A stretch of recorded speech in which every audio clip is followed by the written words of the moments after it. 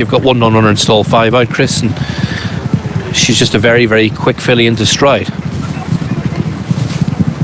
Yeah, she'll go forward again, I'm sure. She's up £6 for this win.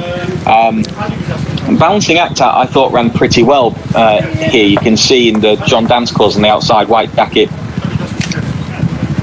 who's towards the outer. This was a first start back for Balancing Act and just ran a little bit rusty really, but was going on at the finish and has a fair enough pull at the weights this time around. £8 better off with the stablemate Kindred Soul, and I thought might just be able to get a little bit closer. The draw is a bit of a issue potentially in stall 11, but if the pace was a strong one, Kindred Soul likely to be up there, but you've got free going horses like Muse House who could be up there, and Baltic State as well. If they did go a good gallop and there was an opportunity to get some cover and not end up too wide, then I thought that at the prices Balancing Act looked of some interest, because I suspect that she's a fairly good mark. Okay, you saw them stalls position. Rivetti is in stall 1, Daughter of Kalaki for Kevin Ryan. Tom Eves on board in the high bank stud colours, and you see it's a bay of stalls by herself over 5 furlongs. If she's sharp enough away, first run in 284 days, but Kevin's horse absolutely flying along. Whether she would want the rain, I know it's not that bad, but it was heavy ground. Didn't see her to her best the last time we did see her. She looked well in the paddock. I wonder how she'll get on. Yeah, she's still got a bit of potential, I think, Niall.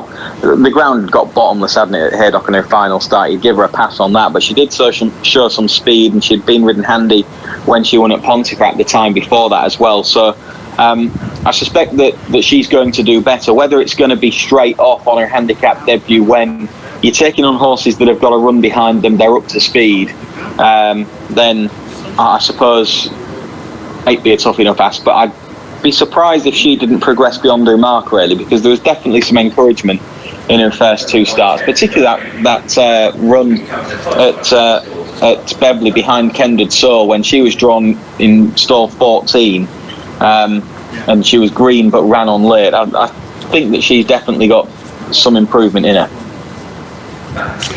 Okay, so continue to slot forward. There is that filly we just mentioned, Daughter of Kalaki. Farajan is the son of Kalaki, stall 2 for Richard Fye and Tony Hamilton. Yeah, and he's probably got a little bit more to come himself, to be honest. He was just a bit one-paced at Beverley last time out. The ground just slowing a little bit will probably have helped him. He's another one that 70 probably doesn't fully estimate him. I think on balance, Niall, loads of these are probably horses that might have a little bit more to offer. I doubt there's too many of them that are going to leave their handicap mark a mile behind, but I think quite a lot of them are going to be up to being competitive and winning races off the ratings that they're on. And we're still dealing with some lightly raced horses and sprinters that are probably going to develop with a little bit more time as well. So it could be, for the grade, a decent enough race. Yeah, I agree. Dark Silver, stall 12 could have been a lot kinder for him. Yeah, particularly as he's quite a keen horse, and if he doesn't get any cover, that might be a bit of an issue. He's got bits of form that give him a chance. That second to Bachelor Boy on the all-weather at Wolverhampton back in January, that'd definitely give him a solid chance. But yeah, the draw hasn't been kind, particularly for one that would probably be best getting some cover. The Newmarket form of his last run is working out well. Sunset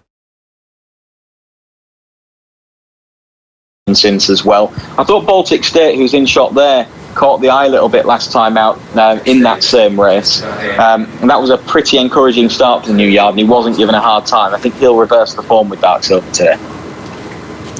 Okay, second star 5 for Tada. Ruby Wonder, she's been a bit reluctant so far. Hopefully she will go into stall 3. Nandy Turton, well-known colours in these parts. Good old Mr. Wolf for many years supported him. So numerous horses. Hopefully she will go forward. In case she doesn't, let's get up to John and get the call for the third. She won't, Niall. And they're off and racing. They've gone without Ruby Wonder, who wouldn't go into the stalls. Outpaced early is Colonel Whitehead as they blaze the trail through the first of their 5 furlongs. Out very wide, Dark Silver and also Baltic State, both showing good pace. Manolith is right up with the pace. Music Therapist comes through to join them, a wall of 4 early. Just in behind them, Muse House towards the inside running rail, and then Kindred Soul. Tacked on is Arafe Jan, and then Balancing Act, who's just pushed along slightly. Reviette's travelling well, but well off the pace, and Colonel Whitehead is still outpaced at the back end of the field. So the leader is Manolith as they now move back towards home.